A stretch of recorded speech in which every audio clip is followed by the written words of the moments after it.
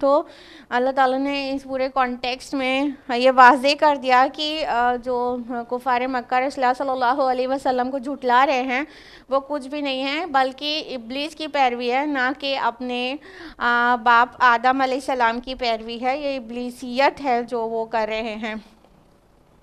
آیت نمبر 51 ہے، میں نے انہیں گواہ نہیں بنایا تھا آسمانوں اور زمین کی تخلیق کا اور نہ ہی ان کی اپنی تخلیق کا، اور میں بہکانے والوں کو اپنا مددگار بنانے والا نہ تھا.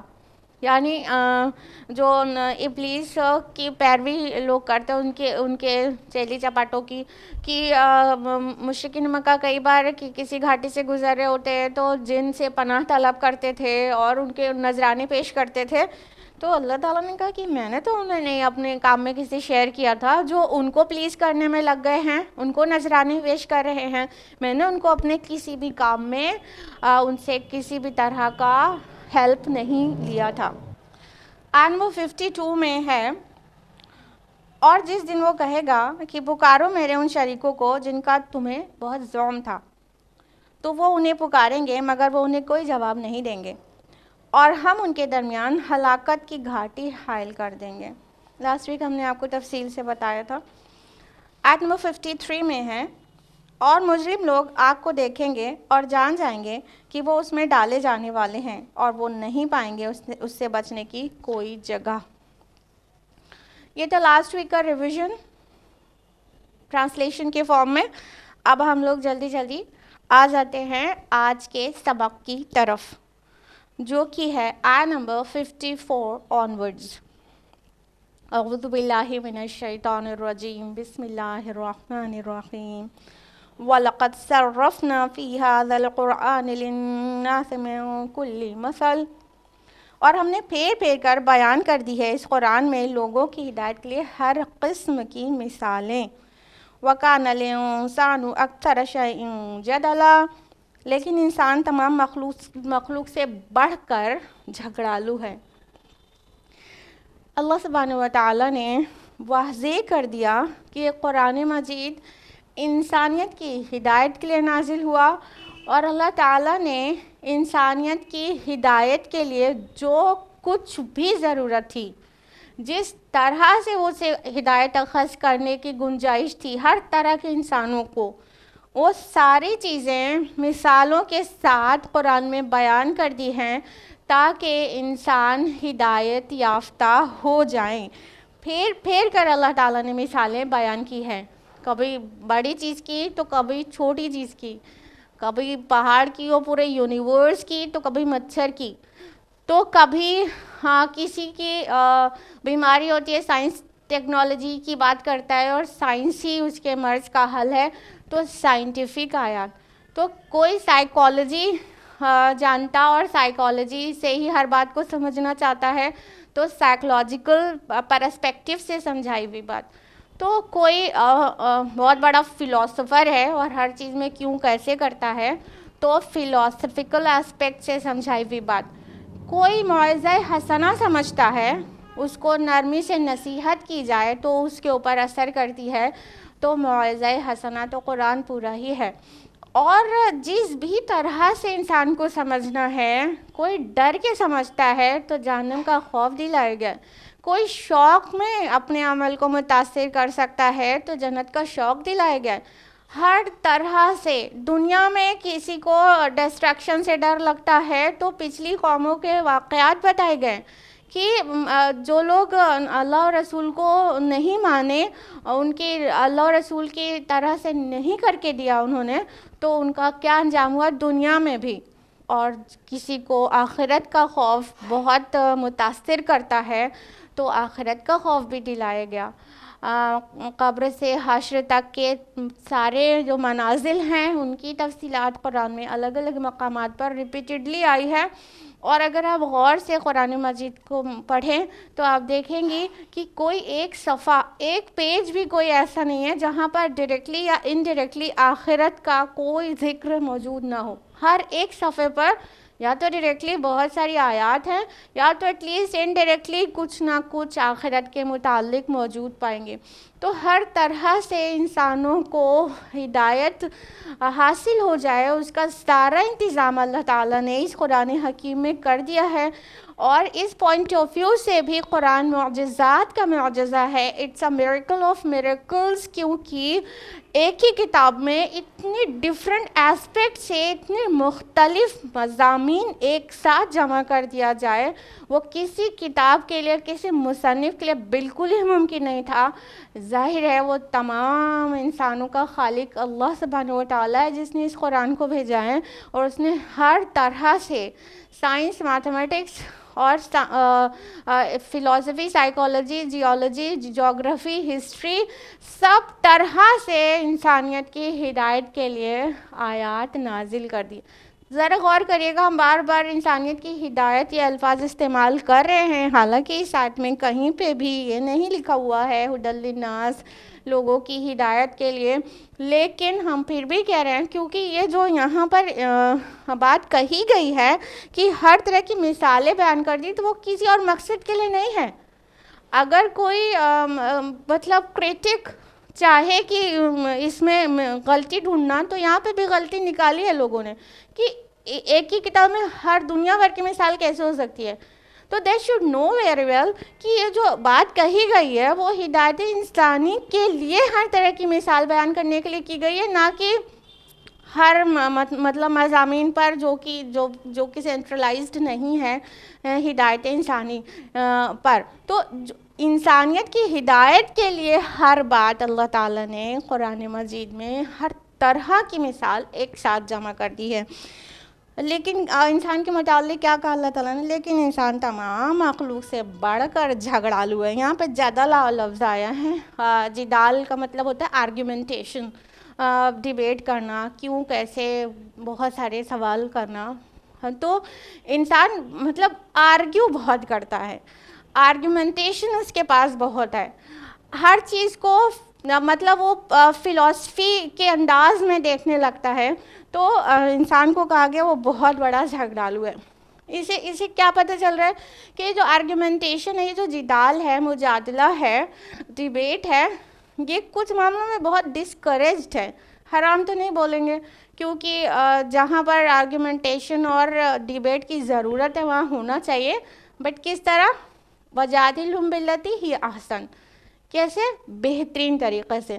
تو حرام تو نہیں ہے ڈیبیٹ، جدال حرام تو نہیں ہے، لیکن کئی جگہوں پر آپ پائیں گے کہ جدال ڈسکریجڈ ہے. دیکھیں ان کانٹیکسٹ آئیے کہ جو مشرکین مکہ رسول اللہ صلی اللہ علیہ وسلم کو جھٹلا رہے تھے، تو وہ کیا کر رہے تھے؟ جو چیز اللہ اور رسول کی طرف سے دی جا رہی ہے وہ نہیں لے رہے تھے، اور وہ کیوں، کیسے، وائی، وہ بہت سارے سوال کر رہے تھے. ہاں، تو یہ جو آرگیومنٹیشن ہے نا، it is nothing but the wastage of time. یہ بہت بار ٹائم کلنگ کرتا ہے، اور انسان کو بہت سارے سوال کرنے کے بعد وہ اپنے ہی سوالوں سے ڈیویٹ ہونے لگتا ہے، اور پھر وہ بہک جاتا ہے. تو ایمان کے لیے کیا مطلب ریکوائرمنٹ ہے؟ الذین یؤمنون بالغیب، وہ لوگ جو غیب پر ایمان لاتے ہیں. تو غیب پر ایمان لانا ہے، اور غیب کی چیزوں میں بہت زیادہ ڈیبیٹ کرنا، جدال کرنا، اس سے کچھ بھی فائدہ نہیں ہے. اللہ اور رسول جو دے اسے لے لینا چاہیے، وہاں پہ جدال نہیں کرنا چاہیے. تو جدال حرام تو نہیں ہے ہر ایک جگہ پر، لیکن بہت ڈسکریجڈ ہے. جیسے کہ اس آیت کے بارے میں جو ایک حدیث ہے وہ بہت پیاری سی ہے. رسول اللہ صلی اللہ علیہ وسلم حضرت فاطمہ رضی اللہ عنہ کے گھر گئے، اور بہت رات کا ٹائم تھا، مڈ نائٹ کے بعد. تو وہاں پر وہ لوگ سو رہے تھے، علی رضی اللہ عنہ اور فاطمہ رضی اللہ عنہ دونوں سو رہے تھے. تو اللہ کے نبی صلی اللہ علیہ وسلم نے فرمایا کہ تم لوگ سو رہے ہو اور تم لوگ صلاح کیوں نہیں پڑھ رہے ہو؟ مطلب کہ تہجد پریئر. تو رات کی نماز فرض نہیں ہے لیکن نفل ہے. تو اللہ کے رسول اپنی بیٹی اور اپنے داماد سے ایکسپیکٹ کر رہے تھے ہائیسٹ لیول کہ وہ تہجد میں بھی جاگتے ہوئے ملیں گے ہم کو. تو وہ لوگ سو رہے تھے. تو رسول اللہ نے کہا کہ تم لوگ تہجد نہیں پڑھ رہے ہو، نفل نہیں پڑھ رہے ہو. تو حضرت علی رضی اللہ عنہ بہت سلیپی تھے کہ کیا تھے. انہوں نے کہا کہ یا رسول اللہ، ہمارا جو روح ہے وہ تو اللہ تعالیٰ کے پاس تھی، اور اگر اللہ تعالیٰ چاہتا کہ ہم نماز پڑھیں تو ہمارے روح کو لوٹا دیتا. جیسے کہ آپ کو پتہ ہوگا کہ نیند بھی جو ہے وہ ایک کائنڈ آف ڈیتھ ہے نا، کہ تھوڑی دیر کے لیے روح سلب کر لی جاتی ہے، پھر صبح کو واپس ڈال دی جاتی ہے. تو حضرت علی رضی اللہ عنہ نے یہ جواب دیا. تو رسول اللہ صلی اللہ علیہ وسلم نے کیا فرمایا؟ وَكَانَ الْإِنسَانُ أَكْثَرَ شَيْءٍ جَدَلًا. لیکن انسان جو ہے تمام مخلوق سے زیادہ آرگیومنٹیو ہے، بہت زیادہ آرگیومنٹیشن کرتا ہے، جدال کرتا ہے. تو یہ ہے، اس سے کیا پتہ چل رہا ہے کہ جدال حرام تو نہیں ہے، کیا ہے کہ ہر وقت جدال نہیں کرنا چاہیے، مجادلہ ہر وقت نہیں کرنا چاہیے، بلکہ ایمانیات یہ تقاضا کرتی ہے کہ غیب پر ایمان لے آیا جائے، صرف اس وجہ سے کہ رسول پیش کر رہا ہے. یہ جو آیت ہے آیت نمبر 54، یہ معمولی فرق کے ساتھ بنی اسرائیل میں بھی آیت نمبر 89 ہے. اور اس رکوع میں آپ نوٹس کرتے چلیے گا کہ کئی آیات یا تو اسی طرح یا تو اسے تھوڑا الفاظ کے فرق کے ساتھ سورہ بنی اسرائیل سے یہاں پر ریپیٹ ہو رہی ہے. اگلی آیت ہے آیت نمبر 55. وَمَا مَنَعَ النَّاسَ أَن يُؤْمِنُوا إِذْ جَاءَهُمُ الْهُدَىٰ وَيَسْتَغْفِرُوا رَبَّهُمْ. اور نہیں روکا لوگوں کو کسی چیز نے جب ان کے پاس ہدایت آ گئی کہ وہ ایمان لائیں اور اپنے رب سے مغفرت مانگیں. إِلَّا أَن تَأْتِيَهُمْ سُنَّةُ الْأَوَّلِينَ. مگر یہ کہ ان کے پہلوں کا طریق بڑھتا جائے. او یأتیہم العذاب قبلا، یا عذاب ان کے سامنے آ موجود ہو. اب اللہ سبحانہ و تعالیٰ نے فرمایا کہ کس چیز نے لوگوں کو روکا ہے کہ وہ ہدایت آنے کے بعد اسے قبول کر لیں اور ایمان لے آئیں. کس چیز نے ان کو روک رکھا ہے کہ وہ اپنے رب سے مغفرت طلب کریں؟ ایک سوال کے ساتھ جواب دیا جا رہا ہے دو چیزوں نے، سوائے اس کے کہ ان کے ساتھ بھی پہلوں کا سا برتاؤ کیا جائے. وہ چاہتے ہیں وہ ان کے پاس آ جائے جو پہلوں کے پاس آیا تھا. کون سی بات کر رہے ہیں ہم؟ ایگزیکٹلی عذاب کی بات کر رہے ہیں. پچھلی قوم جو اپنے رسولوں کی بات نہیں مانی تو کیا ہوا؟ ان کے اوپر عذاب آ گیا اور ان کو پیرش کر دینے والا عذاب آ گیا. وہ نیست و نابود ہو گئے، وہ نسیم منسیہ ہو گئے. ہاں، تو اگلے لوگوں کو چاہیے کہ اپنے پچھلے لوگوں سے سبق حاصل کریں اور خود اس چیز کو ریپیٹ نہیں کریں جس کی وجہ سے وہ عذاب زدہ ہو گئے. رائٹ؟ لیکن انسان کیا چاہتا ہے کہ اٹ از لائک کہ کوئی سڑک پہ جا رہا ہے اور روڈ رننگ ہے اور زیبرا کراسنگ سے کراس نہیں کرے گا، وہ بیچ سے ہی کراس کرے گا، کیونکہ وہ دیکھنا چاہتا ہے کہ جو ایکسیڈنٹ کسی اور کا ہو گیا تھا وہ اس کے ساتھ کیسے ہوتا ہے، اس کا بھی ہو جائے تب اسے پتہ چلے گا. ایسا نہیں ہوتا نا. اگر ایک ایکسیڈنٹ کسی نے دیکھ لیا ہے تو باقی کو چاہیے کہ وہ چیز ریپیٹ نہیں کرے جس غلطی کی وجہ سے پہلے والے کا ایکسیڈنٹ ہو گیا تھا. رائٹ؟ تو یہ بالکل ایسا ہی ہے انسانوں کا نیچر کہ وہ پیچھے جو بھی چیز گزری اس سے سبق نہیں لیتے، بلکہ وہ چاہتے ہیں ان کے اوپر بھی وہی چیز پیش آ جائے، وہ اس کو ایکسپیرینس کر لیں، لیکن اس کے بعد بچنے کا تو پھر کچھ گنجائش نہیں رہتی نا. کوئی روڈ ایکسیڈنٹ پہ جب ٹانگ ٹوٹی جائے گی تو واپس ٹانگ کہاں سے لائے گا؟ پہلے جیسی. اور جب عذاب آ ہی جائے گا تو اس وقت ایمان کیسے لائے گا؟ اور جب وہ زبان سے فٹافٹ دوہرا بھی لے تو کیا قبول ہو جائے گا؟ سب کو پتہ ہے کہ جب عذاب آ چکتا ہے، آثار بھی آ جاتے ہیں، تو پھر ایمان اس وقت کا قبول نہیں ہوتا.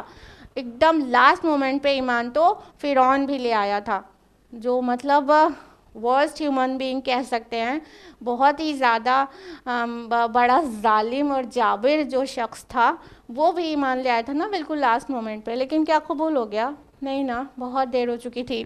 تو انسان کیا یہ چاہتا ہے کہ پیچھے سے لوگوں کے ساتھ جو کچھ ہوا وہ اس کے ساتھ بھی ہو ہی جائے. وہ مانگتا ہے عذاب کہ اچھا اے نبی، اگر آپ کہتے ہیں کہ نہیں ایسے مانو گے، میری نہیں مانو گے اور اللہ کی نہیں مانو گے تو تم پر عذاب آئے گا، تو لا کے دکھائیے. چیلنج تک کر چکے ہیں لوگ رسولوں کو. ہاں، تو اللہ تعالیٰ کہتا ہے کہ اس چیز نے ان کو روکا ہے کہ ہدایت یافتہ ہو جائیں، ایمان لے آئیں اور اپنے رب کے حضور استغفار کریں، سوائے اس کے کہ پچھلوں کی اسی چیز یہ ایکسپیرینس کر لیں.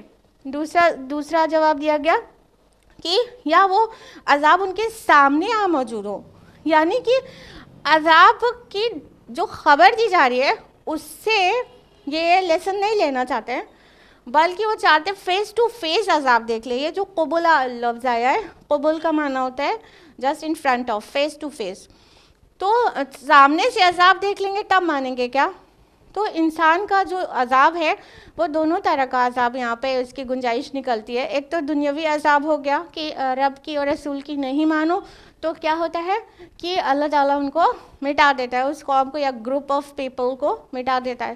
عذاب آ جاتا ہے جب رسول خود بذات خود ان میں موجود ہو کے اللہ کی طرف بلاتا رہتا اور نہیں مانتے لوگ اکثریت ان کی، تو پھر ان پر عذاب آتا ہے.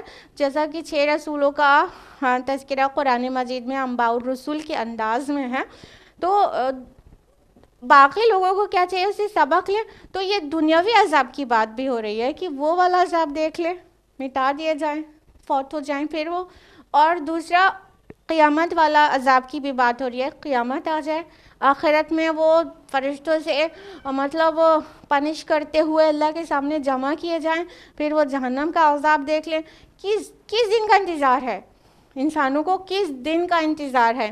انسان جو ہے وہ جتنی نون مخلوق ہے ان میں سب سے زیادہ انٹلیکچوئل ہوتا ہے، اس کے پاس دماغ ہوتا ہے، ذہن ہوتا ہے، جو ساری مخلوق کے پاس اس درجے کا نہیں ہوتا.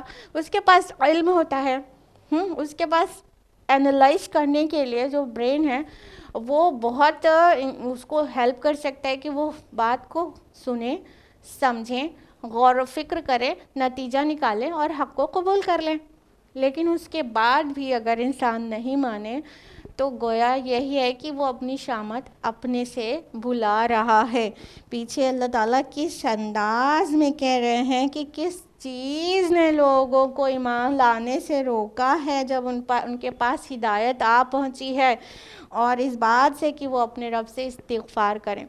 اس پر غور کریے کہ اللہ تعالیٰ چاہتا ہے کہ سارے انسان رب و رسول کی مان لیں، ہدایت پر آ جائیں اور استغفار کریں. اگنور مت کریے لفظ استغفار.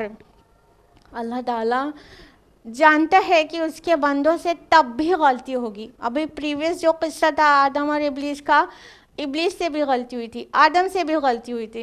ابلیس اپنی غلطی پر اڑ گیا لیکن آدم علیہ السلام نے توبہ کی تو اللہ نے انہیں معاف کر دیا. دونوں میں ڈفرینس کو سمجھنا ہے کہ غلطی ہو جائے گی، انٹینشنلی تو نہیں کرنا ہے، پھر بھی انسان ہے، وہی آدم کی اولاد ہے جن سے غلطی ہوئی تھی، ہم سے بھی ہو جائے گی. لیکن جب بھی غلطی ہو جائے فوری توبہ ہونا چاہیے، فوری استغفار ہونا چاہیے، تو اللہ تعالیٰ اسے معاف کر دیتا ہے. دیر بھی ہو گئی ہو تو بھی ایک گناہ یاد کر کے، گناہ کبیرہ خصوصاً اسے یاد کر کے توبہ کریں، استغفار کریں. سورہ نوح میں آپ کو اچھی طرح سے پتہ ہے کہ اللہ تعالیٰ نے نوح علیہ السلام کی زبانی یہ میسج پہنچوا دیا کہ استغفار کرو تو تمہارے سارے حالات بدل جائیں گے، تمہیں سب طرح کا ابانڈنس ملے گا تمہاری کھیتی میں، تمہارے پھلوں میں، اور تمہیں سب طرح کی خوشیاں ملیں گی، بارش برسے گی تم پر. تو ایک استغفار بہت سارے نعمتوں کا مجموعہ ہے. بس استغفار کرنے سے سب طرح کی نعمتیں مل سکتی ہیں. بات صرف یہی نہیں ہے کہ استغفار کرنا 100 بار کر لینا چاہیے، اللہ کے نبی کا یہ طریقہ تھا، بلکہ استغفار میں بہت ساری نعمتیں پنہا ہیں.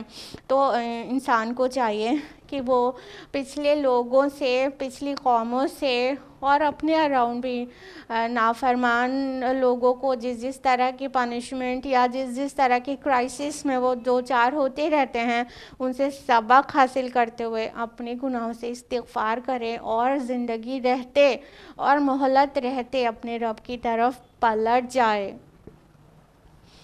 آدم 56 ہے، وَمَا نُرْسِلُ الْمُرْسَلِينَ إِلَّا مُبَشِّرِينَ وَمُنذِرِينَ، اور ہم نہیں بھیجتے رسولوں کو مگر خوشخبری دینے والے اور خبردار کرنے والے بنا کر. وَيُجَادِلُ الَّذِينَ كَفَرُوا بِالْبَاطِلِ لِيُدْحِضُوا بِهِ الْحَقَّ، اور یہ کافر لوگ جھگڑتے ہیں جھوٹ کی طرف سے تاکہ بچلا دیں اس کے ساتھ حق کو. وَاتَّخَذُوا آيَاتِي وَمَا أُنذِرُوا هُزُوًا، اور انہوں نے میری آیات کو اور اس چیز کو جس کے ساتھ انہیں خبردار کیا گیا تھا مذاق بنا لیا.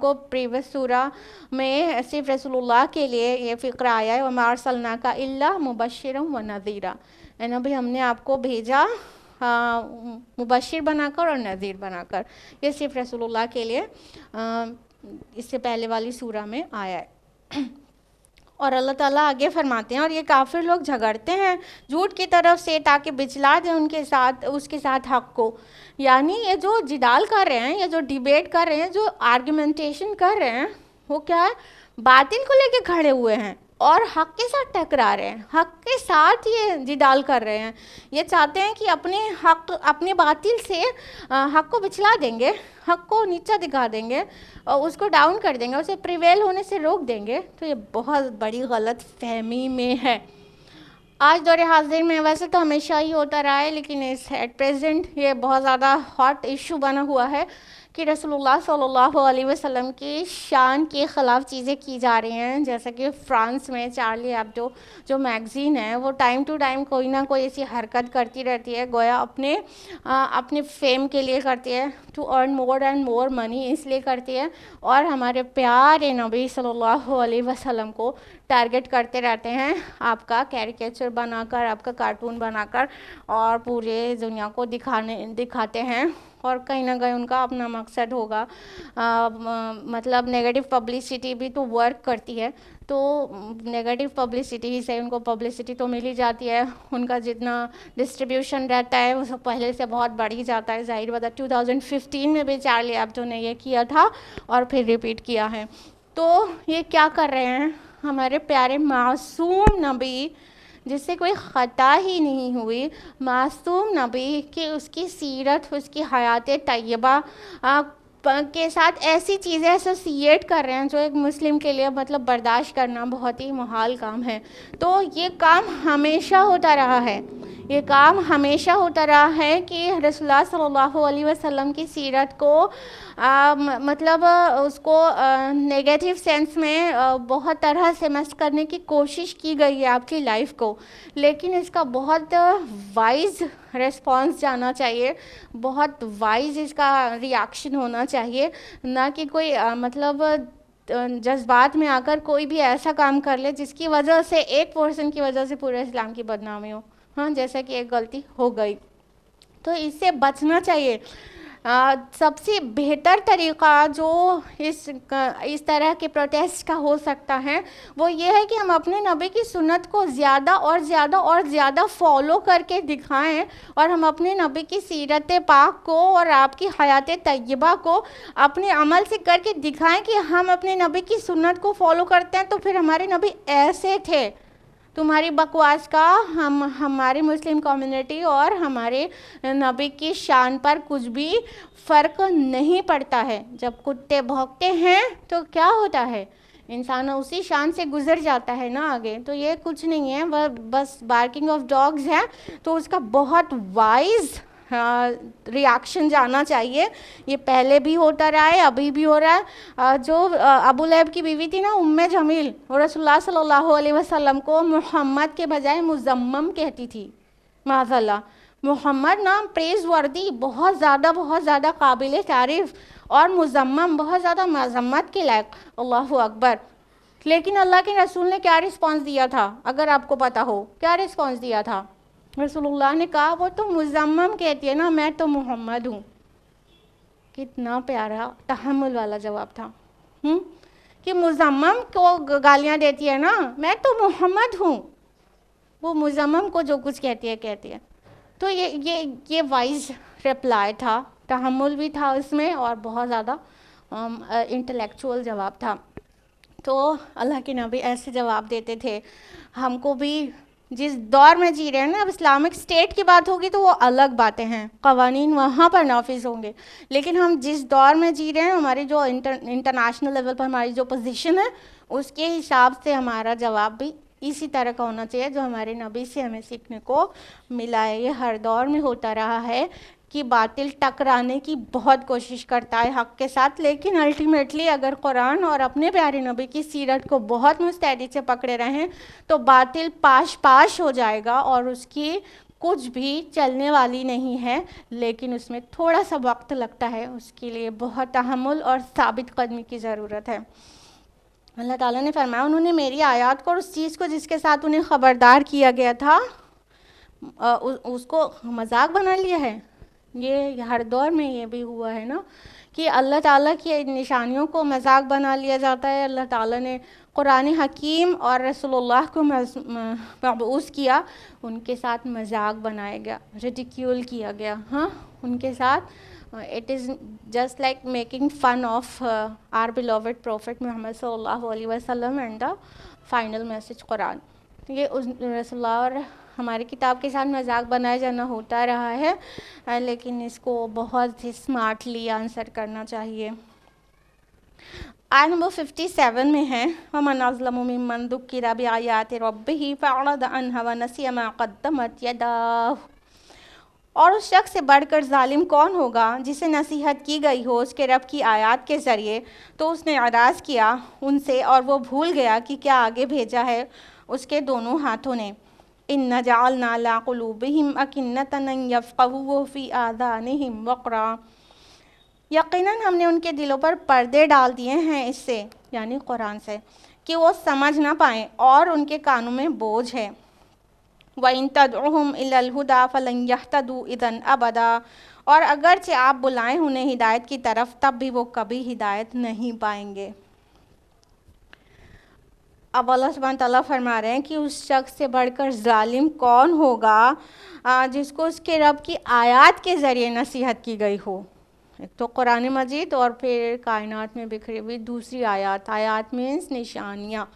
تو اللہ تعالیٰ کہہ رہے ہیں کہ جس کو اللہ نے ان کی آیات کے ذریعے نصیحت کی گئی ہو پھر بھی وہ اس کو ہیڈ لیسنس میں کیئرلیسنس میں اسے اندیکھی کرے، بے توجہی کرے اور وہ بھول جائے اس چیز کو جو عمل وہ کر کے بھیج رہا ہے، جو جھاڑ جھنکاڑ جو کیکٹس اور جو کانٹے وہ بو رہا ہے اپنے دونوں ہاتھوں سے جو کما رہا ہے اس چیز کو بھول جائے۔ یہاں پہ نسیہ جو لفظ آیا وَنَسِیَ مَا قَدَّمَتْ يَدَاهُ، تو یہاں نسیان سے مراد یہ والا بھول جانا نہیں کہ دماغ سے نکل گیا۔ نسیان سے مراد یہاں آؤٹ آف ہیڈ لیسنس ہے، آؤٹ آف کیئرلیسنس ہے، یہ بے توجہی بے پرواہی کی وجہ سے ہے۔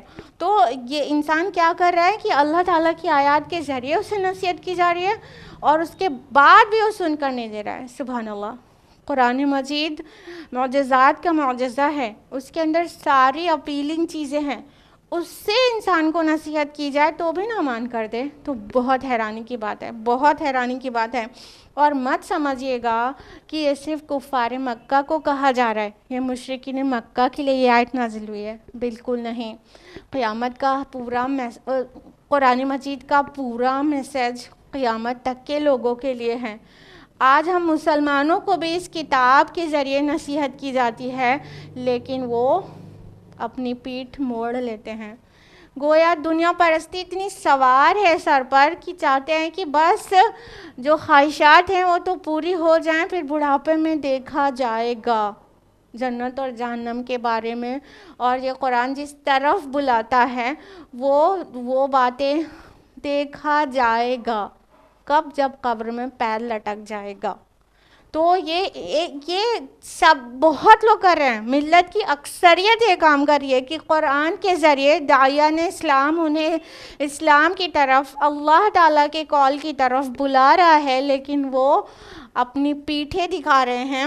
تو جانتے ہیں اس کا جو پنشمنٹ ہے وہ کیش پنشمنٹ، وہ جو اخروی پنشمنٹ ہے وہ بعد میں آنے والی ہے، ٹھیک ہے، وہ عاقبت ہے، وہ بعد میں آنے والی ہے۔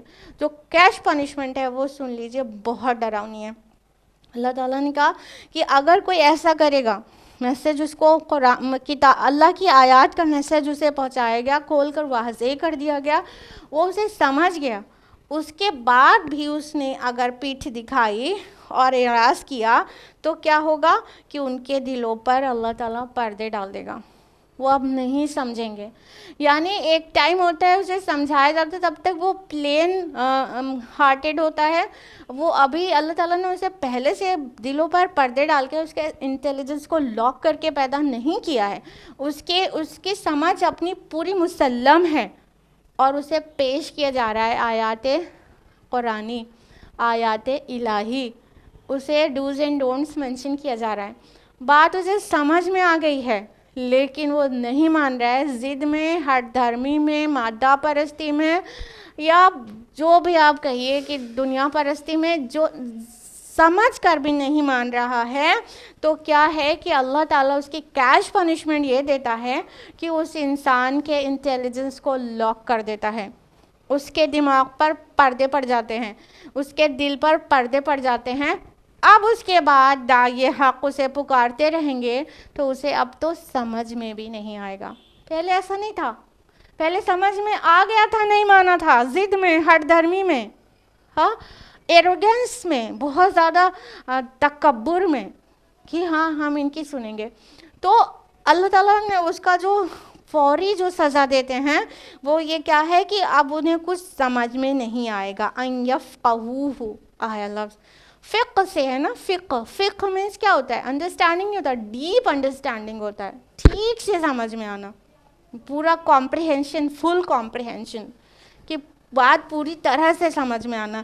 تو ایک سمجھنا ہوتا ہے، سرسری سمجھنا، تو وہ انہوں نے ریسیو کیا تھا لیکن اس کو ڈیپ میں نہیں لے گئے اور اچھی طرح سے اس کو انالائز نہیں کیا، اور جتنا بھی سمجھ میں آ گیا تھا اس کے بعد بھی ریجیکٹ کر دیا. تو پھر کیا ہے، ان کی سمجھ کو لاک کر دیا جائے گا، پردے پڑ جائیں گے ان کے دلوں پر، اور ان کے کانوں پر بوجھ ڈال دے گا اللہ تعالیٰ، وقر، کانوں میں مطلب ایک کارک لگ جائے گا کہ اب ان کو کچھ سنائی نہیں دے گا.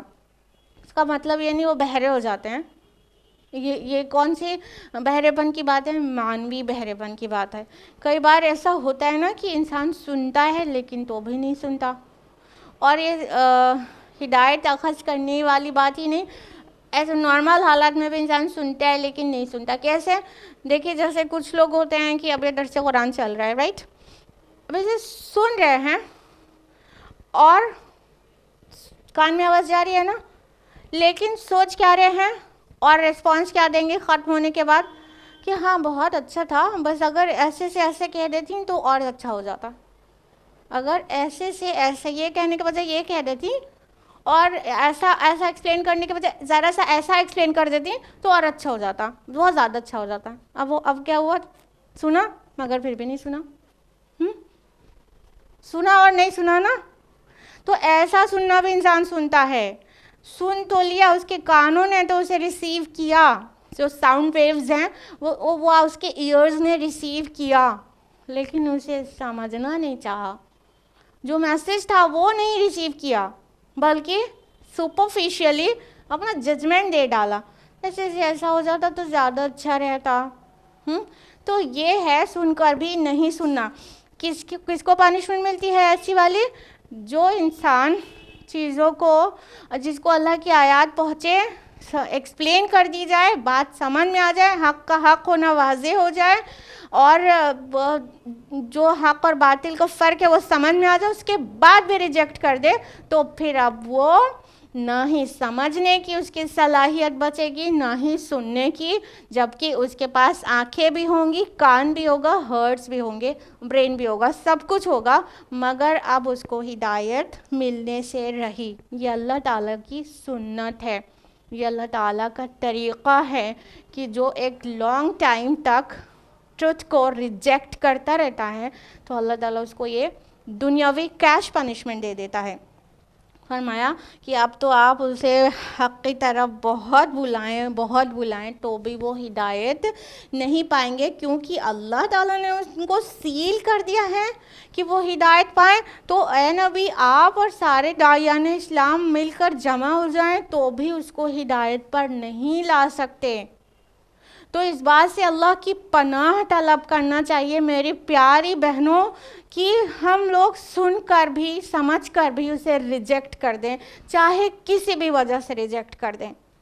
خواتین کے اندر بھی بہت ساری ایسی چیزیں ہیں جو وہ ریجیکٹ کرتی ہیں، جیسے رسول کی حدیث پیش کر دی گئی، قرآن کی آیت سے ثابت کر دیا گیا کہ بات جو کہی جا رہی وہ حق ہے، لیکن سامنے والی نے کیا کہا کہ لیکن میری ماں اور ساس تو ایسے ہی کرتی آئی ہیں تو ہم لوگ تو ایسے ہی کریں گے. یہ کسی بھی وجہ سے ریجیکٹ کیا نا، کسی بھی وجہ سے، یہ بھی ایک وجہ ہے جو انسان شریعت پہ رواج اور چلن کو ترجیح دیتا ہے کہ ہمارے ہاں تو ایسا ہی ہوتا ہے. یا کسی نے سنا اور سمجھا اور ریجیکٹ اس لیے کیا کہ ابھی تو میں جوان ہوں، مطلب ابھی بہت خواہشات ہیں، پہلے اس کی تکمیل ہو جائے تو پھر بڑھاپے میں دیکھا جائے گا. ریجیکٹ کیا، سمجھا لیکن ریجیکٹ کر دیا. ہاں، اس طرح بہت سارے ریزنس ہو سکتے ہیں. کسی کو انڈر اسٹیمیٹ کرنا کہ یہ کیا ہے، جمعہ 4 دن ہوا ہم کو سمجھائیں گی، تو اس وجہ سے ریجیکٹ کر دیا کہ سامنے والے کو حقیر جانا. کسی بھی وجہ سے ریجیکٹ کیا، کسی بھی وجہ سے انسان نے سوچا کہ اگر ہم یہ ساری چیزیں مان لیں گے تو پھر کیا ہوگا کہ ہماری جو ارننگ ہے وہ کئی حرام ذرائع سے بھی تھی تو وہ ہمیں چھوڑنا پڑے گا. تو اس کا ذہن تیار نہیں ہے اتنا بڑا مالی نقصان سہنے کے لیے، تو ریجیکٹ کر دیا. ایسا مشرکین مکہ نے بھی بہتوں نے کیا تھا. ہاں، تو یہ ریزن بنا. ابھی بھی بہت سارے ریزنس ہیں. تو کسی بھی وجہ سے انسان نے حق کو پہنچنے اور اسے سمجھ جانے کے بعد کہ وہ حق ہے، اس کے رب کی طرف سے ہے، اسے اگر ڈینائی کیا اور اسے ریجیکٹ کیا تو اللہ تعالیٰ ایسوں کے ہارٹ لاک کر دیتا ہے، ان کے دلوں پر پردہ ڈال دیتا ہے، ان کے کانوں میں کارک لگا دیتا ہے. اب وہ کچھ بھی نہیں بچتا سوائے اس کے کہ وہ اپنی روح کا مقبرہ ہے، وہ چلتا پھرتا حیوان ہے، وہ ان حیوانوں سے بھی زیادہ گیا گزرا ہے. اولئک کالانعام بل ہم اضل، یہ چوپائے ہیں، چوپائے بلکہ اس سے بھی زیادہ گمراہ. سورہ اعراف سورہ نمبر 7 آیت نمبر 179. اللہم لا تجعلنا منہم. آیت نمبر 58 ہے وَرَبُّكَ الْغَفُورُ ذُو الرَّحْمَةِ، اور آپ کا رب بہت ہی بخشنے والا اور بہت رحم کرنے والا ہے. لَوْ يُؤَاخِذُهُم بِمَا كَسَبُوا لَعَجَّلَ لَهُمُ الْعَذَابَ، اور اگر وہ مواخذہ کرتا ان کا بسبب ان کے اعمال کے تو بہت جلدی بھیج دیتا ان پر عذاب. بل لهم موعد لن يجدوا من دونه موئلا، بلکہ ان کے لیے وعدے کا ایک وقت معین ہے اور وہ ہرگز نہیں پائیں گے اس کے سوا بچنے کی کوئی جگہ. اب اللہ سبحانہ و تعالیٰ اپنے نبی صلی اللہ علیہ وسلم کو تسلی دینے کے لیے اور ان جنرل بھی فرما رہے ہیں کہ آپ کا رب تو بہت ہی رحم کرنے والا ہے اور بہت ہی غفور ہے. یعنی اے نبی صلی اللہ علیہ وسلم، اگر آپ کو اس بات کا رنج ہے، بہت غم ہے کہ یہ لوگ ایمان کیوں نہیں لا رہے ہیں اور کب لائیں گے اور ان کے جو وقت اجل ہے وہ نہ آ جائے، تو آپ مطمئن رہیے آپ کا رب بہت ہی غفور اور بہت ہی رحیم ہے. وہ جو ان کو جو مہلت دے رہا ہے نا، وہ اس کی شان رحیمی ہے کہ ان کو مہلت دے رہا ہے. اور مسلمانوں کا بھی ایک عجلت میں ایک سوال رہتا تھا نا کہ یہ لوگ ہمارے پیارے نبی کو اس طرح سے جھٹلا رہے ہیں اور اللہ تعالیٰ ان پر عذاب کیوں نہیں لے آتا، ان پر عذاب بھی آ جائے لگتا ہے تبھی سدھریں گے. تو اللہ تعالیٰ فرما رہے ہیں نہیں، آپ کا رب بہت ہی زیادہ رحمت والا اور بہت ہی زیادہ مغفرت والا ہے. اگر اللہ تعالیٰ بہت ہی غفور اور رحیم نہیں ہوتا تو کیا ہوتا کہ سب کا جو مہلت عمل ہے وہ اسی وقت ختم ہو جاتا. جیسے ایک غلطی کی اسی وقت پانشمنٹ مل گیا، ہلاک کر دیا گیا، کام تمام. تو اللہ تعالیٰ کا طریقہ یہ نہیں ہے، بلکہ اللہ تعالیٰ کی ایک جو رحمت عامہ ہے جو سب کے لیے ہے، وہ ایکول ہے کہ ہر ایک کو اس کی مہلت عمل ملتی ہے، اس کو میسج پہنچتا ہے، سوچنے سمجھنے کا ٹائم ملتا ہے. وہ چاہے اس درمیان کتنا ڈینائی کرے، ریجیکٹ کرے اور رسول کی توہین کرنے کی کوشش کرے یا تو پھر چیلنج کرے عذاب کے لیے، ان ساری چیزوں کے بعد بھی اللہ تعالیٰ اسے فوراً نہیں پکڑتا. یہ اس کی شان رحیمی ہے. آگے واضح کیا گیا کہ اگر اللہ تعالیٰ ان کو ان کے اعمال کی وجہ سے فوراً پکڑنے لگتا تو پھر کیا ہوتا کہ فوراً ان کے اوپر عذاب آ جاتا. اور ایک غلطی کیا ایک سائن ریجیکٹ کیا، عذاب آ گیا. لیکن اللہ تعالیٰ ایسا نہیں کرتا. بہت عظیم سطح پر اس بات کو اور جگہوں پر بھی ریپیٹ کیا گیا ہے، جیسا کہ سورہ نحل سورہ نمبر 16 آیت نمبر 61 میں، اور سورہ فاطر سورہ نمبر 35 آیت نمبر 45 میں، کہ اگر اللہ تعالیٰ لوگوں پر ان کے گناہوں کے عوض فوراً پکڑ کر لیتا تو روئے زمین پر ایک بھی متنفس کو باقی نہیں چھوڑتا. یعنی اگر اللہ تعالیٰ لوگوں کو ان کے پنشمنٹ فوراً دے دیتا تو روئے زمین پر ایک بھی چلنے پھرنے والا نہیں پاتا انسان، کوئی بھی نہیں زندہ رہتا، کیونکہ ہر ایک سے غلطی ہوتی ہے، ہر ایک سے گناہ ہوتا ہے، کوئی بچتا ہی نہیں. زمین کا تو کام ہی ختم ہو گیا ہوتا، یہاں پہ زندہ کوئی بھی نہیں رہتا. یہ صرف جو ہے مطلب ویران زمین بچ جاتی. تو اللہ تعالیٰ کا یہ طریقہ نہیں ہے، بلکہ وہ بہت تحمل والا ہے اور بہت ہی رحمت والا ہے اور بہت ہی مغفرت والا ہے. اب شان غفاری کیا ہے اس کی؟ یہی کہ اتنی کرتوت کرنے کے بعد، جو کہ بہت بلیک ہے، بہت کالی ہے، اتنے کے بعد بھی کوئی اگر آ جاتا ہے حق پہ تو وہ اس کے پیچھے کے سارے گناہوں کو معاف کر دیتا ہے. تو ابھی بھی موقع ہے، ابھی بھی سمجھ جاؤ. جو توبہ کے دروازے وہ کھلے ہیں، وہ اس کی شان غفاری ہے کہ جب انسان سمجھ گیا تب اس کے بعد اس کے پیچھے کے گناہ معاف کر دیے جائیں گے. دیکھیے عمر رضی اللہ عنہ کے اندر ہمارے لیے کتنا بڑا عبرت کا سامان موجود ہے، اور اسے لیسن لینا چاہیے کہ اگر انسان نے کچھ وقت کچھ عمر گزار بھی لیے گناہوں میں، جیسے کہ حضرت عمر رضی اللہ عنہ رسول اللہ کے دعوت دینے کے فوراً بعد ہی ایمان تو نہیں لے آئے تھے، وہ 5 سال لگ گیا تھا ان کو. تو ان 5 سالوں میں جیسے اسلام کے بہت بڑے دشمن تھے وہ، اور مسلمانوں کو پرسیکیوٹ کرتے تھے، اور اپنی جو لونڈی تھی اس کو کتنا پٹائی کرتے تھے، وہ ایمان لے آئی تھی تو کتنا زیادہ وہ اینٹی اسلام تھے. اور پھر اللہ تعالیٰ نے ان کو ہدایت نصیب کی، وہ ایمان لے آئے. تو اس کے بعد کتنا زیادہ وہ ملت اسلامیہ کے لیے پروڈکٹیو پرسنالٹی ثابت ہوئے نا. ان کے دور میں جو فتوحات ہوئی ہیں وہ ہسٹری میں کہیں بھی نہیں ملتی ہے، اتنی بڑی فتوحات ایک ہی خلافت میں. تو یہ اتنے شاندار ان کے مطلب خلافہ کا دور تھا.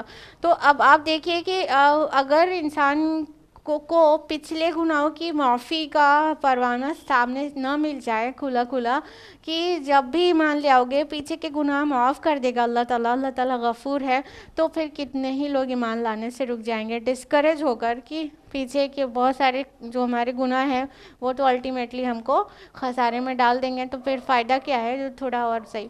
تو اس طرح سے اللہ تعالیٰ فرما رہے وہ غفور ہے، وہ پچھلے سارے گناہ معاف کر دے گا، اور وہ رحیم ہے، فوراً نہیں پکڑ رہا ہے، بلکہ اللہ تعالیٰ کا ہر کام بہت پر حکمت ہوتا ہے، اور اس کے اندر اس کی بہت بڑی مشیت حکمت کار فرما ہوتی ہے. جو کسی کو مطلب مہلت دیتا ہے تو اس میں بھی بہت بڑی اس کی حکمت ہوتی ہے. فرمایا کہ لیکن جب ان کے وعدے کا وقت آ جائے گا تو اس سے ذرا سا بھی کھسکنے کی جگہ نہیں پائیں گے. کہنے کا مطلب پھر ایک سیکنڈ بھی نہیں ملے گا، ایک مائکرو سیکنڈ بھی نہیں ملے گا، ایک نینو سیکنڈ بھی نہیں ملے گا، پیکو سیکنڈ بھی نہیں ملے گا. بس اس سے زیادہ چھوٹا حصہ ہم نہیں جانتے سیکنڈ کا اور ٹائم کا. Picosecond is equal to 10 to the power -12 second. اتنا تھوڑی سی بھی مہلت نہیں ملے گی اپنی زندگی سے، پھر وہ ان کا کام ختم ہو جائے گا. جب اللہ تعالیٰ چاہے گا کہ اب وقت اجل آ گیا ہے، فرشتوں کو جو آرڈر ملا ہے وہ ایک نینو پیکو سیکنڈ تک کے لیے بھی ڈیلے نہیں کریں گے، اور انسان چاہے گا اسے تھوڑا وقت مل جائے، وہ کچھ اچھی وصیتیں کر دے، تو اسے کوئی بھی وقت نہیں ملے گا وقت اجل آ جانے کے بعد. اس لیے ابھی جب زندگی ہے، سانسیں چل رہی ہیں، دماغ کام کر رہا ہے، تب سوچنے اور غور و فکر کرنے کی ضرورت ہے.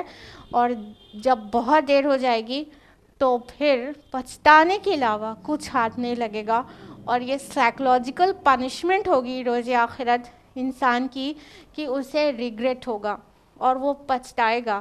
اور پچھتانا انسان کے لیے ایک اور پنشمنٹ جیسا ہوگا، کاش میں نے یہ نہ کیا ہوتا، کاش میں نے اپنے اس دوست کی نہ مانی ہوتی، کاش میں نے اللہ کے نبی کی دعوت پر لبیک کہہ دیا ہوتا، کاش میں نے فلاں داعی کی بات مان لی ہوتی۔ تو یہ ایک اور تڑپانے کے لیے یہ افسوس اور حسرت پیدا ہوگی انسان کے اندر، وہ ایک اور کائنڈ آف پنشمنٹ ہوگی جو کہ سائیکولوجیکل ہوگی۔ فزیکل پنشمنٹ تو آپ کو سب کو پتہ ہی ہے، جہنم میں آگ کی شکل میں ہوگی اور طرح طرح سے ہوگی، اور ساتھ میں سائیکولوجیکل پنشمنٹ میں ہوگی۔ اور یہ سائیکولوجیکل پنشمنٹ جو حساب و کتاب کو جو لمبا دور چلے گا اس میں بھی ہوگی، اور اس میں بہت پچھتا رہا ہوگا انسان کہ آج نجات تو مل نہیں پائے گی، کاش میں نے یہ نہ کیا ہوتا، کاش میں نے وہ نہ کیا ہوتا۔ دنیا میں جب حسرت ہوتی ہے تو کیسا فیل ہوتا ہے، اس بات کی حقیقت کو سمجھتے ہوئے آخرت میں حسرت والا دن آنے سے پہلے سمجھ جائیں، اللہ واسطے رب اور رسول کی بات مان جائیں۔ آیت نمبر 59 ہے وَتِلْكَ الْقُرَىٰ أَهْلَكْنَاهُمْ لَمَّا ظَلَمُوا، اور یہ کہ وہ بستیاں ہیں جن کے باسیوں کو ہم نے ہلاک کر دیا جب انہوں نے ظلم اختیار کیا۔ وَجَعَلْنَا لِمَهْلِكِهِمْ مَوْعِدًا، اور ہم نے مقرر کر دیا تھا ان کی ہلاکت کے لیے وعدے کا ایک وقت۔ اب اللہ سبحانہ تعالیٰ فرما رہے ہیں کہ یہ بستیاں ہیں جن کو ہم نے ہلاک کر دیا۔ کن بستیوں کو ہلاک کر دیا؟ ویسے تو بہت ساری ہوں گی، لیکن قرآن میں 6 رسولوں کی قوموں کی خبر دی گئی ہے کہ ان کے قوموں کو 6 رسولوں کی قوموں کو نسیہ منسیہ کر دیا گیا، ان کو ہلاک کر دیا گیا، ان پر عذاب لا دیا گیا۔ وہ آپ لوگوں کو پتہ ہوگا۔ نوح علیہ السلام کی قوم جن پر فلڈ آیا تھا، عاد، قوم عاد۔ ہود علیہ السلام کی قوم جن کو 8 دن اور 7 راتیں آندھی چلی تھی، اس عذاب سے ہلاک ہوئے تھے۔ پھر اس کے بعد ثمود، صالح علیہ السلام کی قوم جن کو صیحہ، چیخ اور زلزلہ کے ذریعے ہلاک کیا گیا۔ پھر اس کے بعد لوط علیہ السلام کی قوم جو سدوم اور عامورہ کے لوگ تھے، ان لوگوں نے اپنے رسول کی نہیں مانی۔ لوط علیہ السلام کی تو ٹرپل پنشمنٹ ملی تھی، ان کو بستی بھی پلٹ گئی تھی، صیحہ بھی آئی تھی اور پتھروں کی بارش ہوئی تھی ان پر۔ اور پھر اس کے بعد مدین جو کہ شعیب علیہ السلام کی قوم تھی، ان پر رجفہ یعنی زلزلے کے ذریعے ان کو ہلاک کیا گیا۔ اور موسیٰ علیہ السلام کی نہ ماننے پر آل فرعون کو جو ہلاک کیا گیا، تو وہ تو بچے بھی جانتے، ایوری باڈی نوز کہ ان کے ساتھ کیا ہوا تھا، وہ غرق ہو گئے تھے ریڈ سی میں۔ تو یہ تھے وہ 6 رسول اور ان کی اقوام جنہوں نے نہیں مانا اپنے رسولوں کی، تو اللہ تعالیٰ نے بہت بڑا عذاب ان پر نازل کر دیا۔ تو یہ 6 رسولوں کی خبر قرآن نے دی ہے، بہت ممکن ہے کہ بہت اور بھی رسولوں کی نہیں مانی ہوگی پچھلے قوموں نے، تو ان کے اوپر بھی عذاب آیا ہوگا۔ تو اللہ رب العالمین کیا فرما رہے ہیں، یہ ہیں وہ بستیاں جس کو ہم نے ہلاک کر دیا کیونکہ انہوں نے ظلم اختیار کیا تھا، انہوں نے اپنی جانوں پر بھی ظلم کیا، انہوں نے سوسائٹی میں بھی ظلم کیا اور رب کی اور رسول کی نہیں مان کر دی۔ تو اللہ تعالیٰ نے فرمایا کہ ہم نے تو مقرر کیا ہوا تھا ان کے لیے عذاب کا ایک وقت۔ اب ہمارے اور آپ کے لیے لیسن کیا ہے، وہ یہ کہ ان اقوام کے بارے میں جب ہم پڑھتے ہیں قرآن مجید میں تو غور کریں، فکر کریں کہ جو آج اتنے لہیم شہیم تھے، اتنے بڑے کلچرل تھے کہ بہت زیادہ ان کے آرٹ اور کلچر بہت زیادہ مطلب غالب تھا، اتنے طاقت ہونے کے بعد اللہ تعالیٰ نے ان کو ایسے چٹکیوں میں بھی مسل دیا۔ ویسے چٹکی کہنا بھی بہت بڑی بات ہے، اللہ تعالیٰ کو تو بس کن فیکون والی شان ہے اللہ کی۔ تو اس طرح ان کو عذاب میں مبتلا کیا گیا۔ تو ہم اور آپ کون سا پروانہ لے کر آئیں، کون سا سند لے کر آئیں اللہ کے پاس سے کہ ہم کسی بھی عذاب سے دو چار نہیں ہوں گے، چاہے جتنی نافرمانیاں کریں، چاہے جتنی معصیت کو اپنی زندگی کا طریق بنا لیں، اور چاہے جتنا اپنی جان اور سوسائٹی میں ظلم کرتے پھریں، اور چاہے جتنی غداری کریں اپنے رب کے ساتھ، لیکن ہم کو اللہ کا عذاب نہیں لے گا۔ ہم کیسے چیلنج کر سکتے ہیں؟ بلکہ اسے لیسن لینا چاہیے اور اللہ کی اور اللہ کے نبی کی ماننا چاہیے اور زندگی کو اس کے مطابق ڈھال دینا چاہیے۔ آیت نمبر 59 کے ساتھ یہ رکوع یہیں پر مکمل ہوتا ہے اور وقت بھی پورا ہو گیا، اس لیے آج کے لیے اتنا ہی۔ اللہ رب العالمین سے دعا ہے کہ وہ ہمیں اور آپ کو قرآن پڑھنے، سمجھنے، غور و فکر کرنے، غوطہ زنی کرنے اور اس پر مکمل عمل کرنے کی اور اسے غیروں تک پہنچانے کی توفیق عطا فرمائے۔ اللہ تعالیٰ قرآن مجید کے ذریعے ہماری دنیا اور آخرت دونوں سنوار دے، آمین۔ وآخر دعوانا ان الحمدللہ رب العالمین، والسلام علیکم ورحمۃ اللہ وبرکاتہ۔